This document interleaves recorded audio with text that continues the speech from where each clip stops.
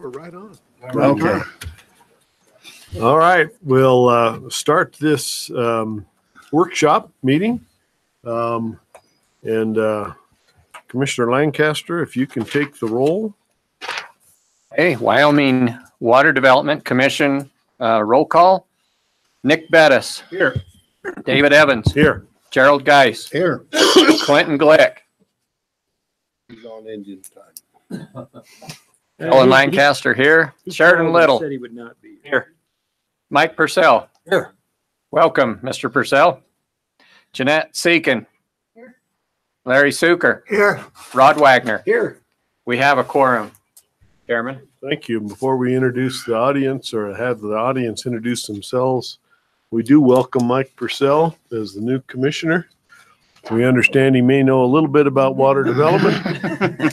And Don't go to the bank on that. we're grateful that he was willing to serve. Don't let it go to his head. Okay, well, you heard what Commissioner Geis said. So. All right, audience introductions. If we'd start with Representative Larson. Well, thank you. Dan Larson from the Powell area, House Representative. Kellen Lancaster, District 4, Star Valley, Western Wyoming. Rod Wagner, Wyoming Water Development, District 1, Commissioner. Larry Suker, Water Development Commissioner, District 2. Sheridan Little, Wyoming Water Development Commission, Water Division 2. Gerald Geis, Water Development, District 3. David Evans, Water Development Commissioner, District 1, Southeast Wyoming. Nick Bettis, Wyoming Water Development Commission, District 4 out of Kemmer. Jeanette Seekin, Wyoming Water Development Commission, Division 3, Cody. Mike Purcell, I'm the at-large member, and that is not referencing my size. And I'm from Cheyenne, Wyoming. John Eklund, Select Water. I represent House District.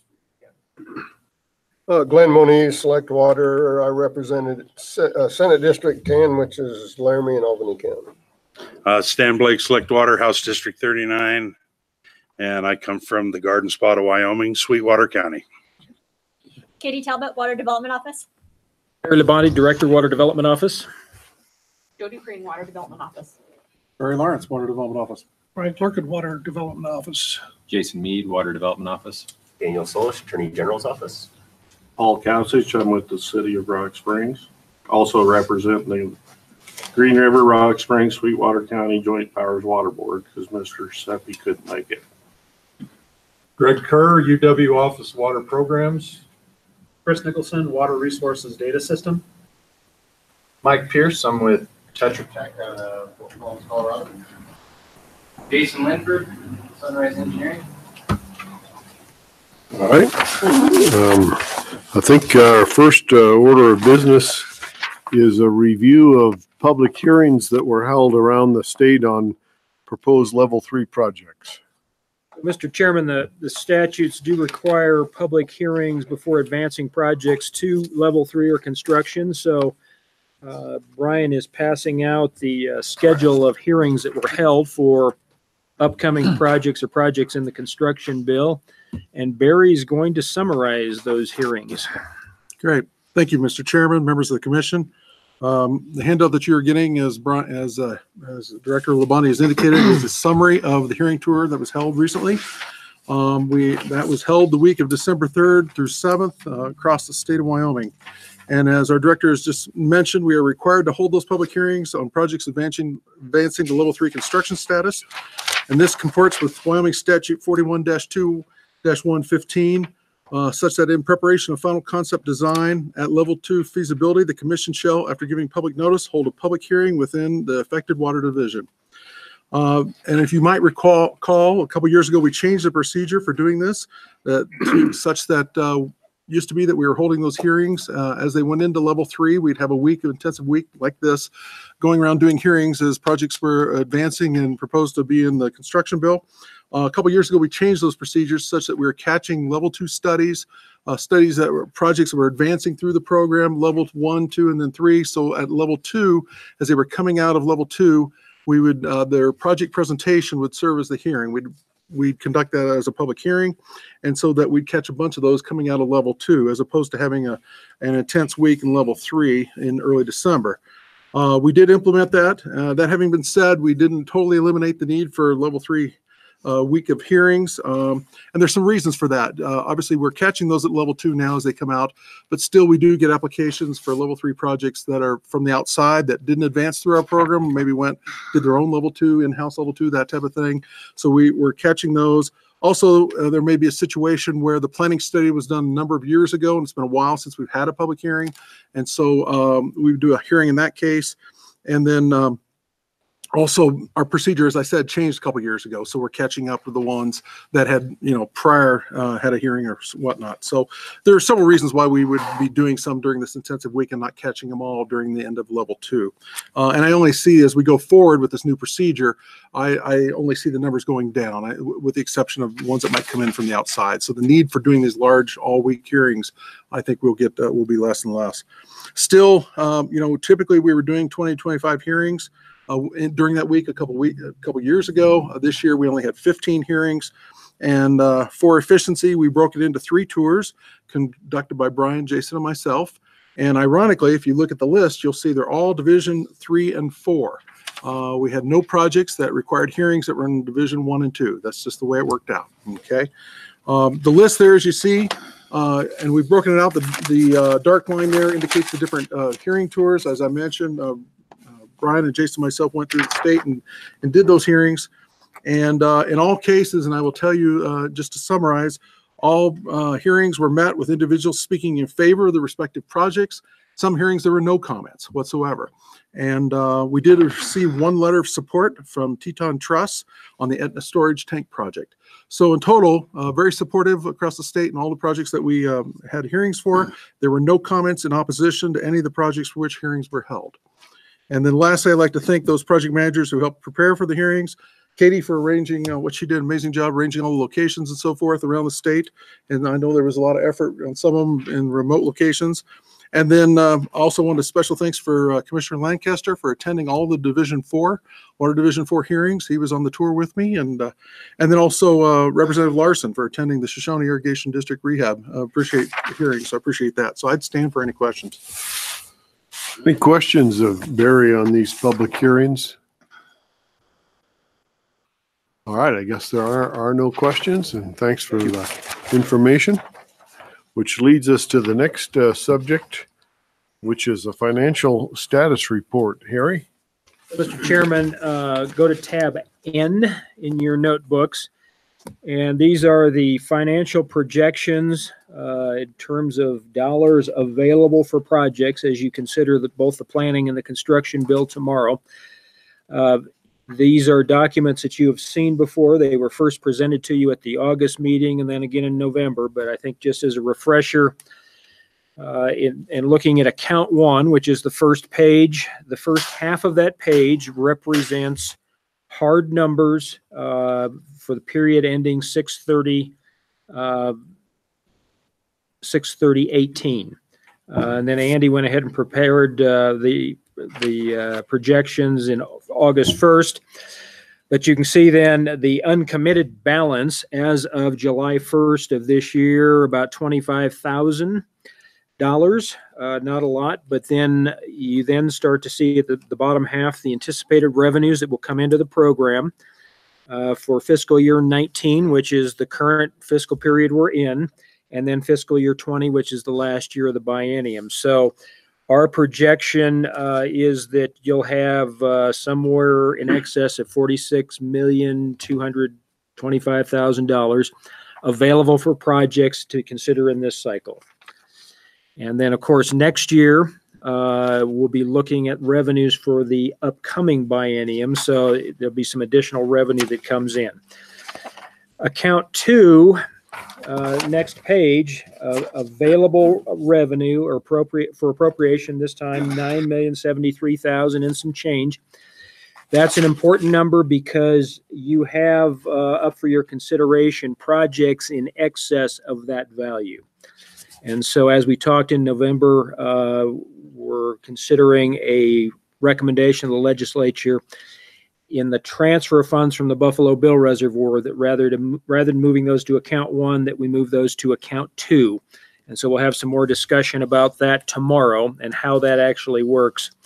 And then account 3, available for appropriation, $56,798,000 and some change.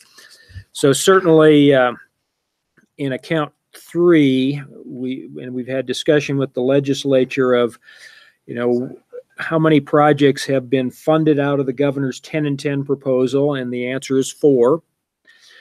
How are you going to fund the other 6? And the available funding is $56 million, and that probably is enough money for 1 more reservoir, possibly 2 if they're small enlargements. But in order to move forward with the 10 and 10 proposal in future years, it will require direct legislative appropriations into that account. And that's not necessarily unusual. That's how that account was established back in the mid-2000s with some direct appropriations. But as we're showing, with the 4 projects funded, that we are now showing progress. And to continue building reservoirs, then there will be a requirement for additional funding into the future. So with that, Mr. Chairman, I would stand for questions. And then in follow-up to that, it's not on the agenda, but I just wanted to touch on projects that have possibly changed a little bit since your November meeting. Just highlight those changes, and then tomorrow, then we'll get into more detail as we review the 2 bills. But Any questions on financial projections here, et cetera? Commissioner Bettis. Harry, refresh my mind. How much are we in need of in that account 2 to do the bills? So the project, excuse me. So currently, coming out of November was a recommendation of about $11.8 million in projects.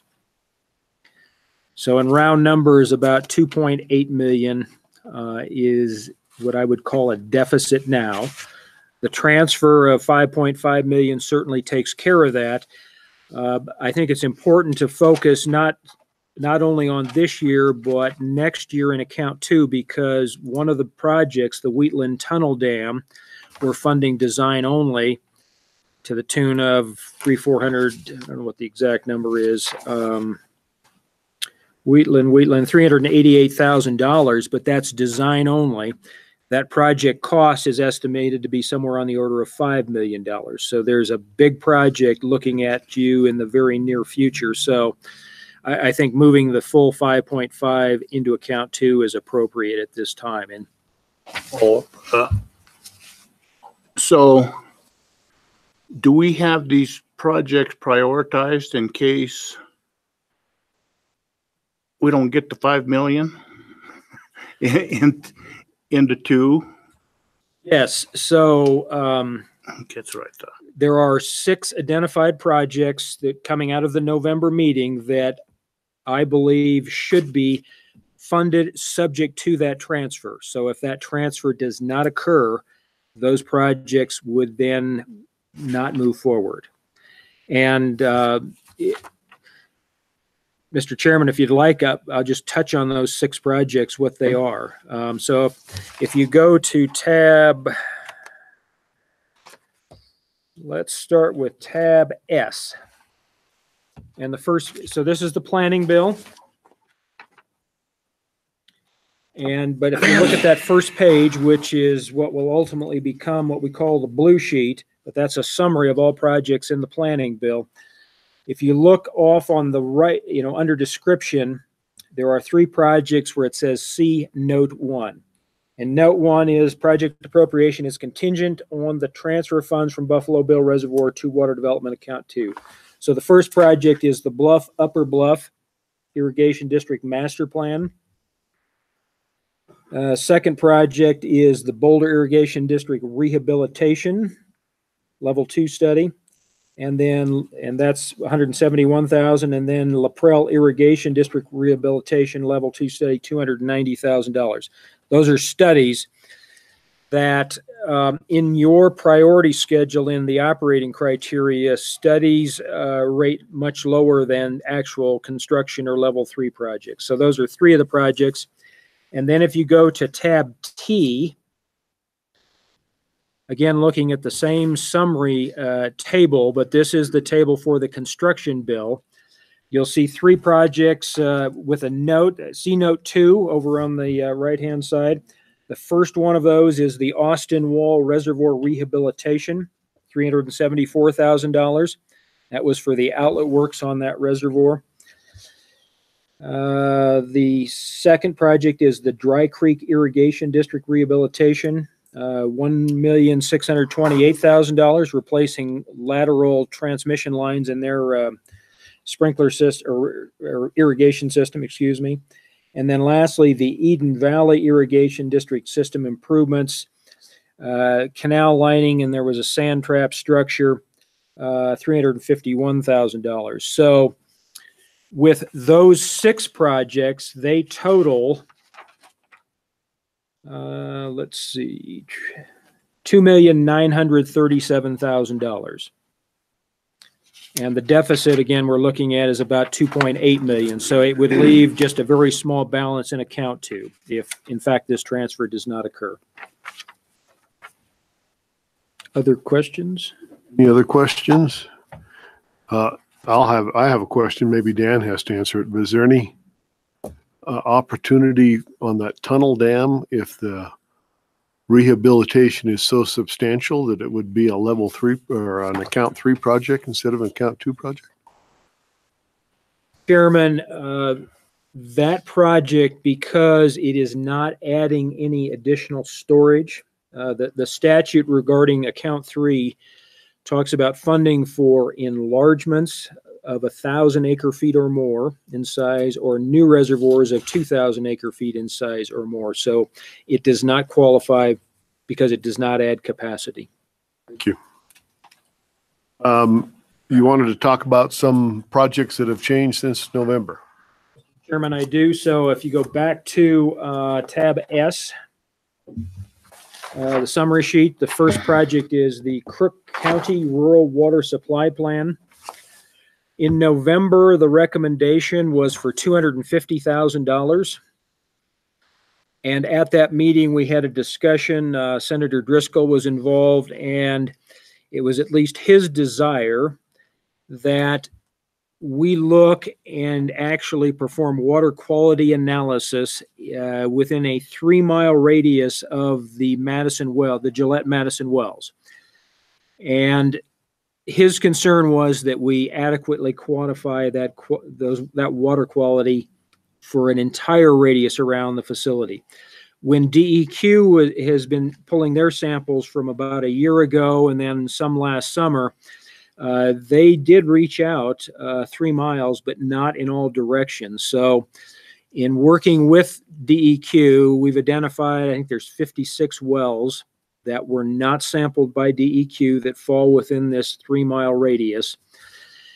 Several of those wells, apparently access was not granted, but there's about 50 that we believe could be captured in terms of doing additional water quality analysis. And that then provides the full picture of, as we go forward with this study, of one, who has good wells, who does not, who might be interested in a community water system to provide better quality water. And then that takes you into the body of the study in terms of where are these points of use that might be interested in a community water system.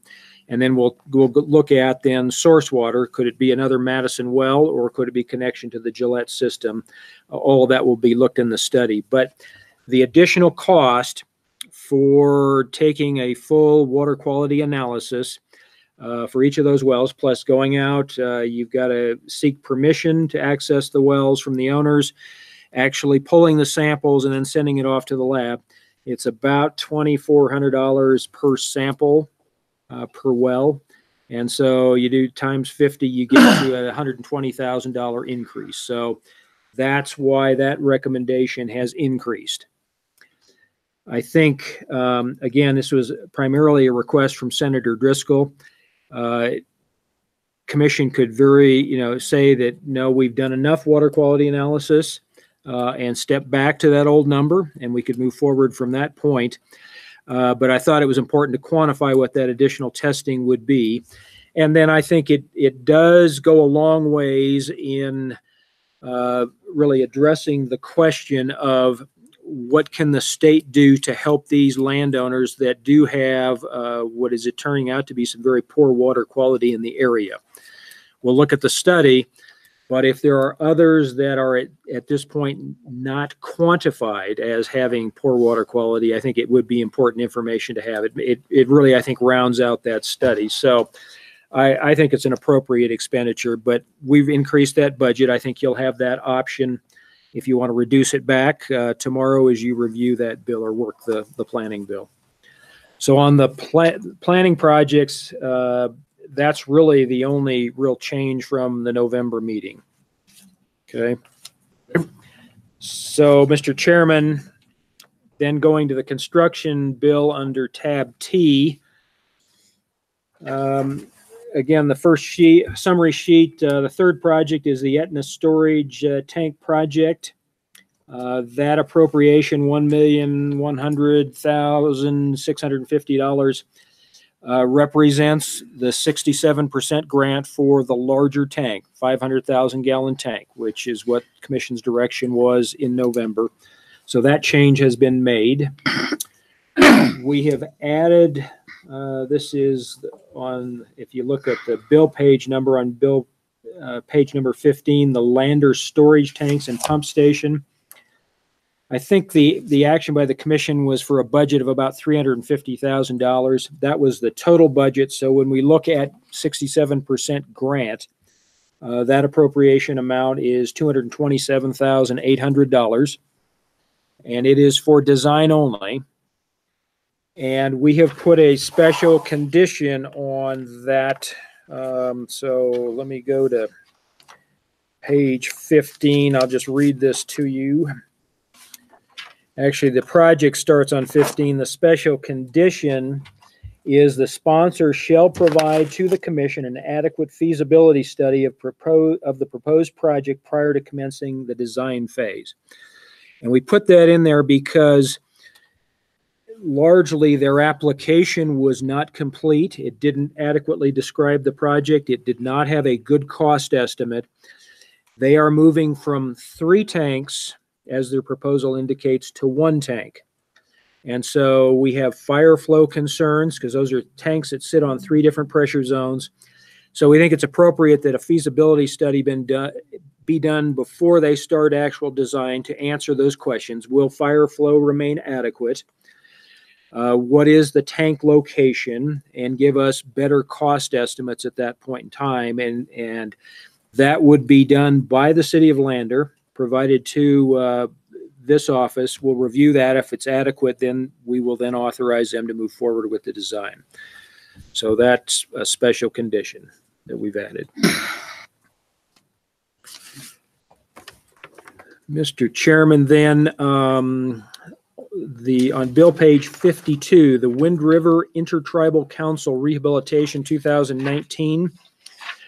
This is a 50%.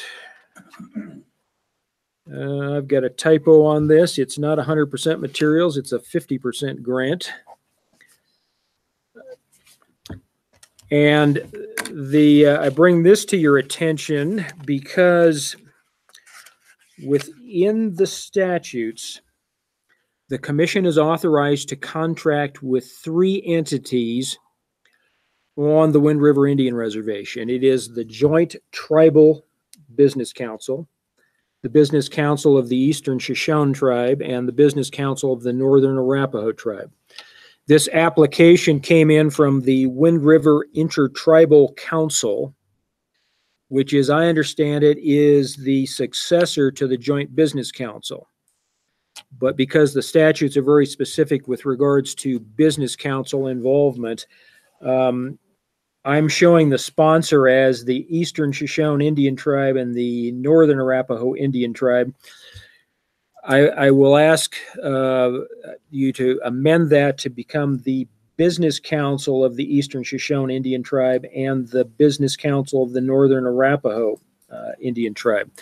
That they then, at that point, we comport with the statutes, because there is an issue of, can water development do business with a sovereign nation? And that was the statutory fix that came about a number of years ago. But the Intertribal Council, being now a successor, in talking with Daniel, we believe that if we show the business councils of the two tribes, which are operating entities on the reservation, they can certainly delegate their authorities to, if it is this new intercouncil or intertribal council, that would work. But I'm afraid if we show the intertribal the intertribal council, that there may be a question whether we have the ability to contract with such an entity, if you follow what I'm saying. So it's trying to be consistent with what the statutes are. Questions there? Mr. Chairman? Commissioner? Barry, is Mitch Cutner still involved in this? Chairman, Commissioner Purcell, yes. And he did bring the application. I think he is certainly handling the application on behalf of the tribes. And this was his suggestion, was to have it as you have it in statute now, or what are his thoughts about this, given the politics up there? Mr. Chairman, the application that he brought forward was from the Intertribal Council. And so it is my thoughts that we should stay with the statutes, and certainly those business councils can, within the tribal organizations, delegate their authorities. But at least our ability to negotiate or enter into a contract is clear from a statutory perspective. So that's what I've done. I have not spoken to Mitch about that. I don't believe it's a I don't believe it's a major change from him. But from his perspective, this intertribal council is a new operating entity on the reservation. It's the outgrowth of the two tribes when they dissolved the joint business council. So that's certainly who he's dealing with. But from a statutory standpoint, we have to stay with what the statutes read now. That just shows we're dealing with one council, not with both tribes in. Mr. Chairman, the way the bill is currently written, it is showing the sponsor to be both tribes. And the Intertribal Council represents both tribes. So and the irrigation project that we're talking about will perform irrigation rehabilitation all over the reservation. So certainly Shoshone members will benefit, Arapaho members will benefit from that project. What we're doing is fixing, we're only dealing with one entity by putting these two under this. Mr. Chairman, Commissioner Geis, we will be dealing with, the way it's written, we will be dealing with both tribal entities. I know, but if we get the change made, it'll be just with the one entity. This application came from the Intertribal Council, which would be one entity. That would be another potential, is that there could be a statutory fix that replaces joint business council with this intertribal council. But at this point, the statutes do not reflect that. No. Okay. Mr. Chairman, if I may. Commissioner Purcell. Anybody recall, was the old Joint Powers Board, was it actually effectuated under state law or tribal law? The ones where, you know, when the statute went through, we could contract with the Joint Powers Board or either of the tribes or.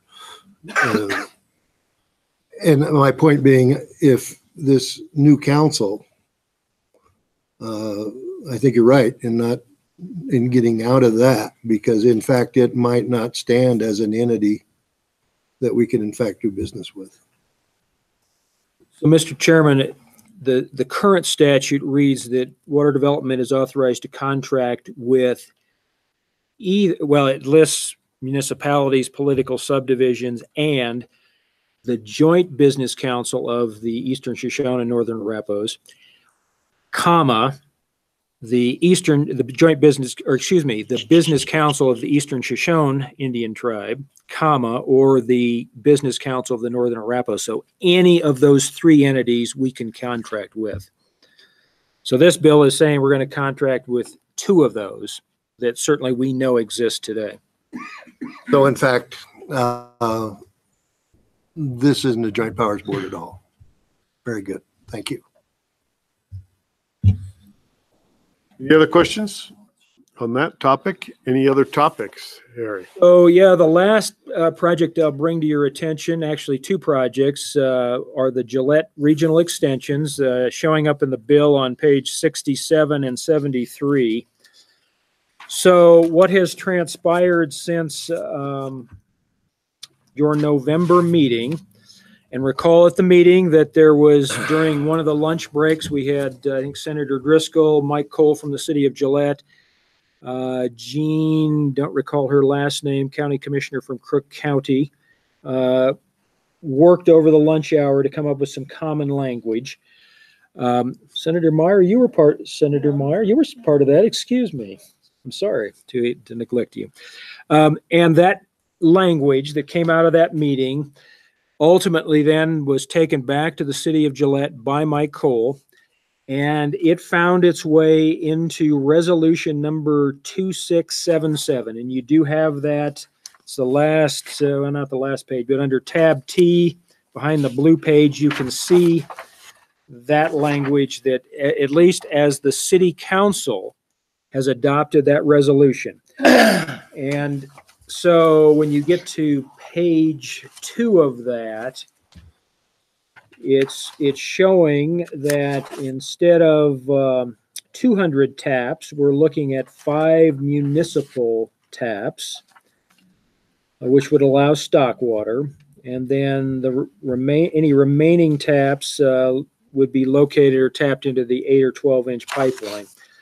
Existing water service agreements in Crook County shall remain in full force. Any new water service agreements shall be similar in form to existing individual and wholesale water service agreements previously executed in Crook County and Campbell County. Water rates, connection charges, and fees shall be identical to similar rates or charges and fees assessed to the city water customers in accordance with city ordinances. And then, excuse me, and this ties back to that Crook County study that we're also doing. Item F is any additional or future water districts formed in the immediate vicinity of the city's Madison wellfield shall be able to connect to the 8 or 12-inch treated water pipelines. Such districts will be served as regional wholesale water customers. Any new district shall own, operate, and maintain their system downstream of the master meter. And then it goes on to talk to better delineate what the city would own and what the districts would own. And then lastly, new water customers from the 8 and 12 treated water pipelines shall be limited to 40,000 gallons per month for rural domestic uses and 80,000 gallons per month for municipal. And of course, municipal includes stock water use during the city's high demand months of June, July, August, and September. So that language, I basically took that language and included it then into the bill. So on page 67, that starts where we strike the amendment that was put on into the bill last session, 2018 session, and we put those items that I just read to you into this bill. I did do a little bit of wordsmithing. When it said municipal, I added the word use. The LSO has reviewed this as well, and they made some minor edits as well. But I believe that this amendment for the 2017 extension and the 2018 extension now satisfy, based on Gillette's resolution, would allow Gillette to accept those two grants and those two projects can move forward. The language out of this bill, once I had taken it from the resolution, put it in the bill, I sent that to Mike Cole and I copied Senator Driscoll on that, and I've not had comment back from either of them. So I believe that if, again, the negotiated language now from the resolution, now in the construction bill, it appears it's acceptable to certainly the city of Gillette. And if it's acceptable to the legislature, then maybe these two projects can move forward. Questions there? Senator Moniz. Harry, how did they address the water, the runoff from that well? Did they address that issue at all? So, Mr. Chairman, in terms of the negotiations, those were focused on the extension projects, not related to the surface runoff that might be discharged from the wells. And so what's new on that front is that DEQ, and recall that there were 2 applications for permit to discharge water from the city of Gillette's well fields. One was to discharge it on the land and run it through the Canode subdivision in a natural drainage way. That permit was rejected by DEQ. Their second application was to allow Gillette to move that water through the existing pipeline network down to and discharge it into a tributary that flows into Keyhole Reservoir.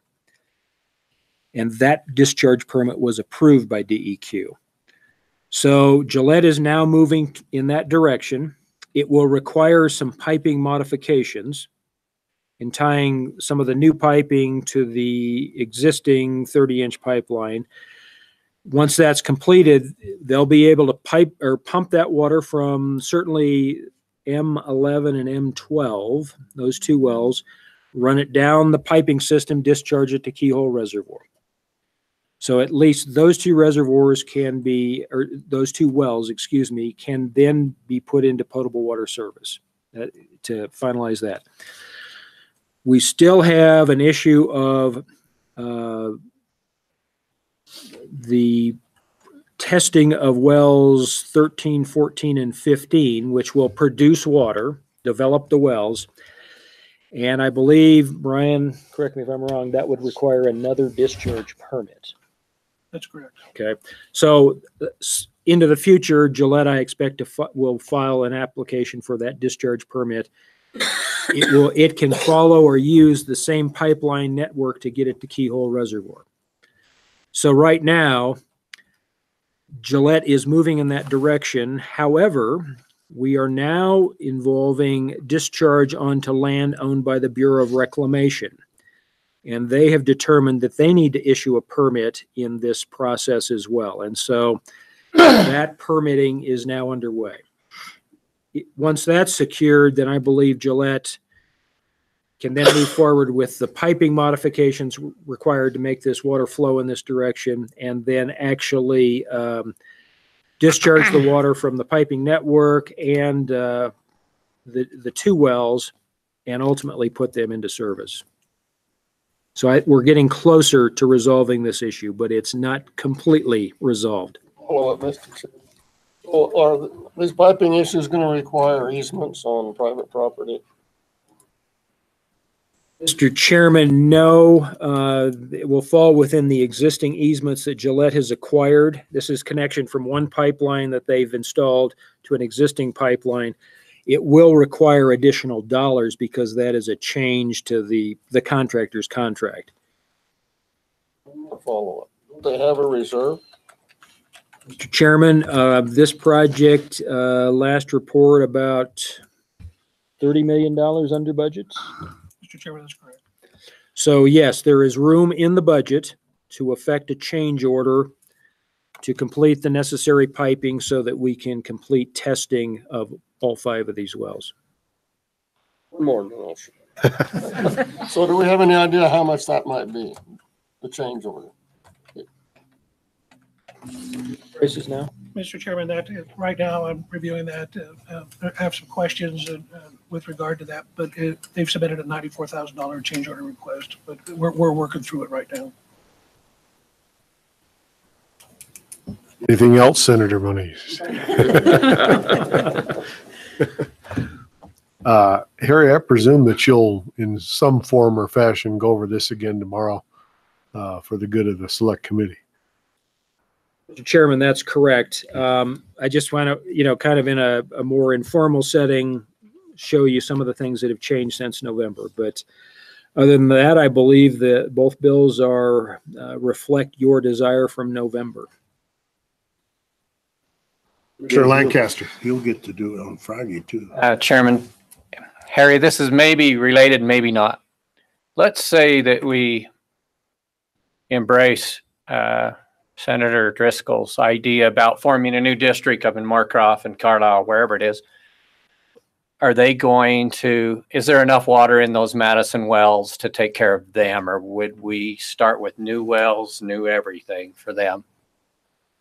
So, Mr. Chairman, Commissioner Lancaster, I believe that there is certainly adequate capacity in the current Madison well field involving 15 wells to support them. But that's something our study is going to take a quick look at. And the resolution seems to indicate that if a district forms, that they could then acquire water from this system. But the study will also look at what's going to be the cost to drill an independent Madison well to support a district. So we'll look at that as a potential source. But from a cost effectiveness standpoint, I've got to tell you that connecting to the Gillette-Madison system is going to be the most cost effective solution.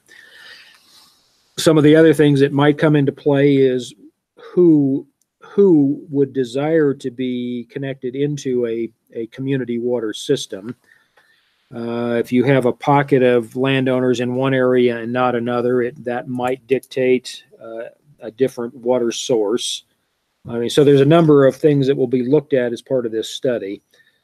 But ultimately, you know, the state and Gillette have invested hundreds of millions of dollars in developing this well field. And so to be able to utilize it as a source for a handful of landowners, it, you know, it could be a dozen, it could be a couple dozen. We're talking about an additional 50 wells, so there could be an additional 50 taps. Don't know. That's what the study is going to find out. Follow up. So is there anything we can do in this study that can help that proposed district besides checking these wells? Can we spend just a little bit more money and go a little bit farther so we don't have redundancy? Well, so Mr. Chairman, what the studies, I talked about the $120,000 to sample additional wells. That would start at that point. We would have available the DEQ data, water quality data, as well as the additional 50 wells. I think that shows at that point who has adequate quality water, drinking water, and who does not. From there, you start to build, okay, so that would identify who might be interested in the community water system. We then, through this study, will develop, you know, the piping network that would be required to serve them, as well as the best source water. And with that comes cost estimates. And at that point, I believe the study would identify for these landowners, or would be able to answer most of their questions of what is the appropriate geographic description of this district, who would benefit, who wants to be in the district. That's important for forming a district.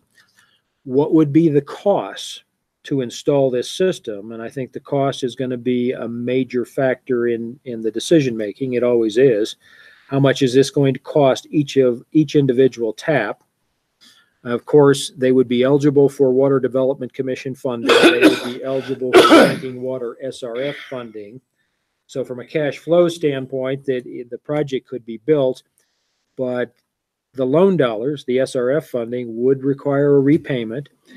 They then are owners of a community water system, which requires operation and maintenance costs. And so this study will identify all of that for them so that they can make it is the landowners that ultimately make the decision to petition the county commissioners to form a district. So if there is not support among the landowners, then really the district's not going to go forward. But I think we'll have those questions answered. How much is it going to cost everybody? What's the geographic extent? Thank you. Any other questions on this Gillette project issues? Okay. Harry, is there any other reports? Chairman, I believe that's it for this afternoon. Well, I want to know, is a 45-minute meeting a record of any kind? All right, we can claim that record. And is there a motion to adjourn? I'll move it, we adjourn. Second? Second. Any discussion? All those in favor say aye. Aye. Opposed, aye. So did you get your tank torn apart? Mr. Chairman, 8:30 tomorrow morning. 8:30 tomorrow. We'll see you then. 8:30.